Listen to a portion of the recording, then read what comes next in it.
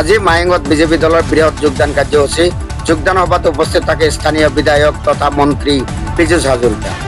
সমাগত নগাঁও লোকসভার উপনির্বাচনের বাবে তৎপর হয়ে পড়েছে শাসকীয় দল বিজেপি।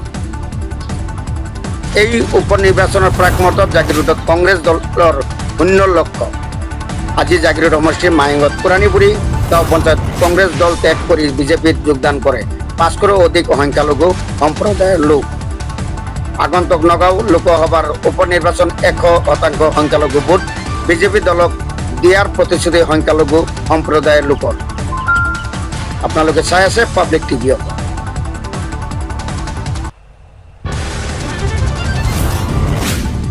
আমাৰ ইয়াত মায়ং মণ্ডলেৰ অন্তৰ্গত ইয়াত জয়নিং কাৰ্যসূচী আছে। এই ইয়াতে আমাৰ এটা গাঁৱত প্ৰায় 450 পৰা 500 মানুহ জইন কৰিছে ভাৰতীয় জনতা পাৰ্টিত।